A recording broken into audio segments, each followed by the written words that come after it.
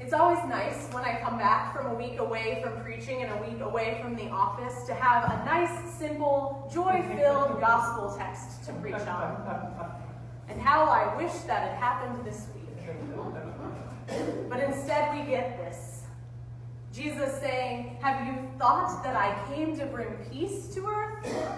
No, not peace, but division. Households divided against each other, parent against child, child against parent, even in-laws against one another. Division, not peace, is what Jesus says he comes to bring, and we don't know what to do with that. What about Jesus, the Prince of Peace? Isn't that his job? Isn't he supposed to come to earth to bring peace? As I thought about this text and studied commentaries and read it over and over this week, I didn't know quite what to do with it.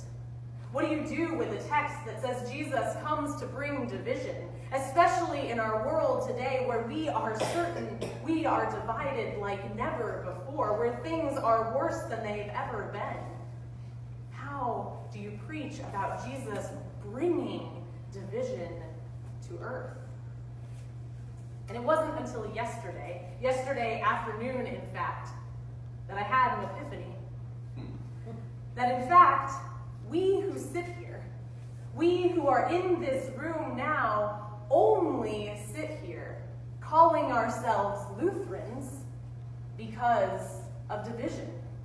We are the children of division in Christ's church. We are the original dividers in some ways.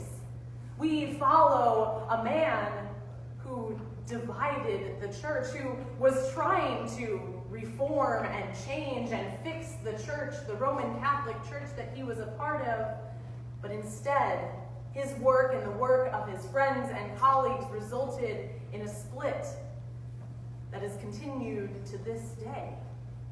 We know that the word of Christ can cause division. We know that reading about his life and his acts and his death and his words and his resurrection, these things can cause division. We live it simply by being here. Now, of course, we weren't the first ones to divide the church, and we definitely weren't the last. Think about how many different kinds of churches you passed to get here today. The church is a place of division. And sometimes we divide over big things, like the hierarchy in the church, or like the ordination of women.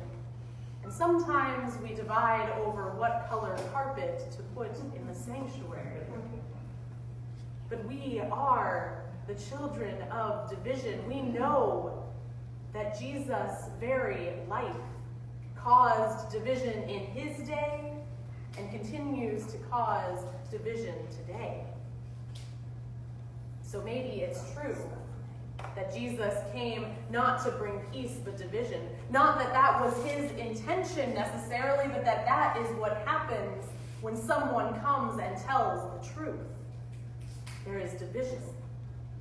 And maybe there's another piece of it too, that often we say we long for peace, that we are working for peace, that we want to be peacemakers. But what we really mean is that we just want to plaster over the division and pretend that it's not there. And eventually the cracks start to show through again, and we try to just plaster over it again. So maybe part of what Jesus is saying here is that he does not come to bring pretend peace, but true, lasting, eternal peace that passes understanding. And that peace cannot come about by simply pretending the divisions don't exist.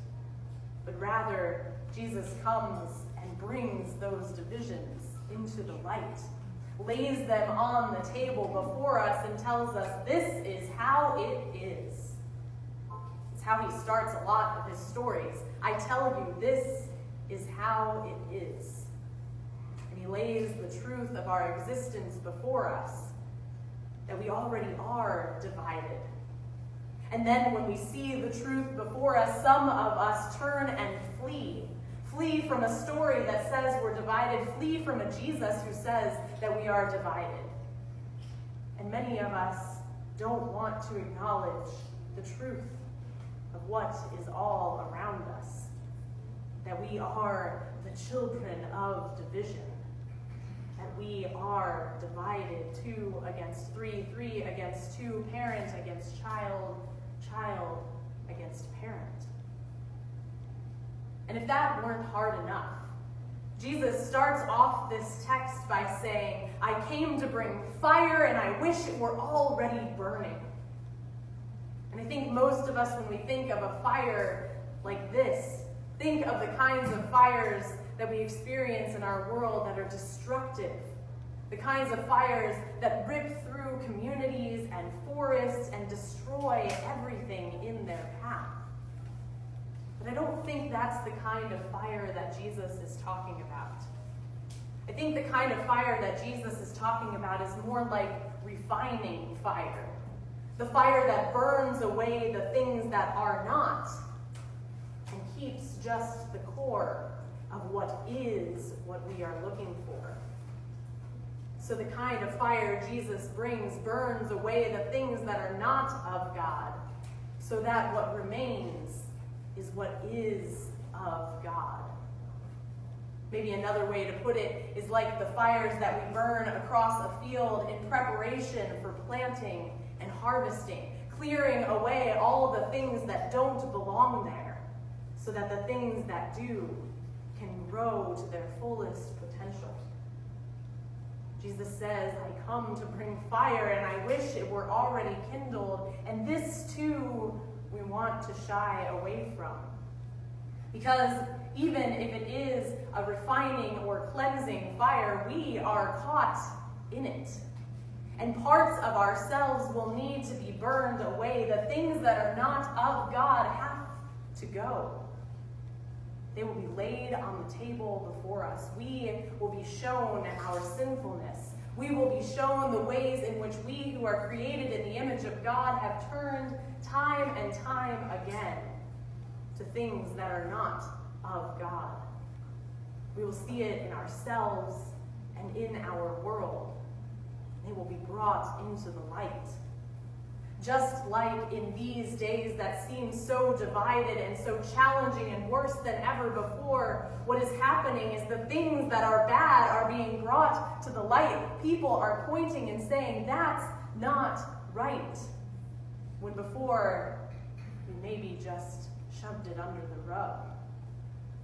It's hard to be in these times, to see just how much is not right, just how much is not of God, and it is certainly hard to let go of those things, or to willingly have them burned away. But this is where we are. 2 against 3, 3 against 2, and a refining, cleansing fire burning in the midst of us. For Jesus came not to bring pretend peace, but division brought to light, so that the things that are not of God can be taken away, and the kingdom can be established on earth as in heaven, and true everlasting peace can be brought here on earth as in heaven.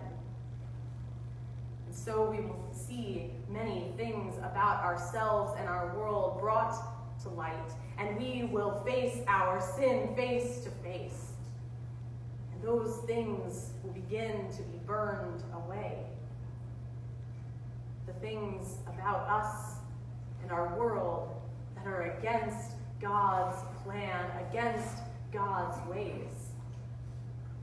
So we will see our tendencies toward war and destruction and evil burned away from within us. We will see our tendency to use up God's creation in ways that are not right, burned away, so that creation can truly flourish again. We will see injustice burned away, so that the poor don't continue to become poorer while the rich become richer, so that there are not hungry people left, but all are filled. So that we don't see people of color treated as second-class citizens, while those of us who are white find ourselves with privilege that we never earned or deserved. So that we no longer see injustice in any of its many forms, but it is burned away. And one day, when all of that is destroyed forever, one day when the refining fire, when the cleansing fire has completed its task, we will stand face to face with God, and we will see reflected there our own selves, made in God's image, stripped of the things that don't belong. We will see the one who made us, who saved us, who loves us, and who brings us to new life. And in the meantime, it might be hard. It might get hot, and we might see things we wish we didn't see.